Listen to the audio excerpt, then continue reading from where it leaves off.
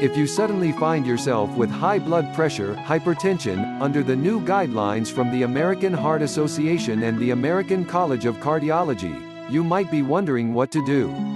The guidelines lowered the definition for high blood pressure to 130/80ths from 140/90ths of a millimeter of mercury, mHg, meaning more people now meet the criteria for stage 1 hypertension. While you shouldn't shrug off the change, there's also no need to panic.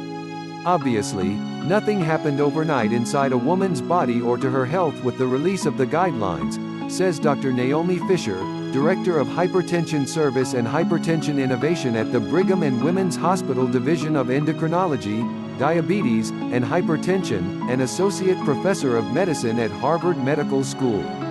The change, however, should spur you to take your blood pressure seriously. These guidelines have been long anticipated and are very welcome by most hypertension experts. They may seem drastic, but in putting the knowledge we've gained from large trials into clinical practice, they will help thousands of people, says Dr. Fisher. Why does hypertension matter? If you are in this 130/80ths range, reducing your blood pressure can help protect you from heart attack, stroke, kidney disease, eye disease, and even cognitive decline. The goal of the new guidelines is to encourage you to treat your high blood pressure seriously and to take action to bring it down, primarily using lifestyle interventions. It is well documented that lifestyle changes can lower blood pressure as much as pills can, and sometimes even more, says Dr. Fisher. Making those changes can be challenging. More than one woman has woken up in the morning committed to healthy eating only to be derailed by a plate of cookies on a table in the office or a dinner out with friends. How lower your blood pressure with small changes? You don't have to embark on a major life overhaul to make a difference in your blood pressure. Here are 6 simple tips for actions you can take to help get your blood pressure back into the normal range. 1. Lose weight. By far the most effective means of reducing elevated blood pressure is to lose weight, says Fisher. And it doesn't require major weight loss to make a difference. Even losing as little as 10 pounds can lower your blood pressure. 2. Read labels. Americans eat far too much dietary sodium, up to 3 times the recommended total amount, which is 1,500 milligrams mg daily for individuals with high blood pressure, says Dr. Fisher. It doesn't take much sodium to reach that 1,500 mg daily cap, just 3/4 of a teaspoon of salt. There's half of that amount of sodium in one Egg McMuffin breakfast sandwich. Weed out high sodium foods by reading labels carefully.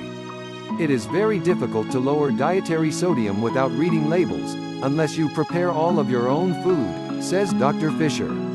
Beware in particular of what the American Heart Association has dubbed the salty 6 common foods where high amounts of sodium may be lurking. Breads and rolls, cold cuts and cured meats, pizza, poultry, soup, sandwiches. 3. Get moving. It doesn't take much exercise to make a difference in your health. Aim for a half hour at least 5 days a week. Make sure you're doing something you love, or it won't stick, says Fisher. For some that means dancing. For others, biking or taking brisk walks with a friend. Even everyday activities such as gardening can help. 4. Pump some iron. Add some weightlifting to your exercise regimen to help lose weight and stay fit. Women lose muscle mass steadily as we age, and weightlifting is an often overlooked part of an exercise plan for most women, says Fisher. 5. Limit alcohol to 1 drink per day. Drinking too much, too often, can increase your blood pressure, so practice moderation. 6. Relieve stress with daily meditation or deep breathing sessions. Stress hormones constrict your blood vessels and can lead to temporary spikes in blood pressure. In addition, over time, stress can trigger unhealthy habits that put your cardiovascular health at risk. These might include overeating, poor sleep, and misusing drugs and alcohol. For all these reasons, reducing stress should be a priority if you're looking to lower your blood pressure.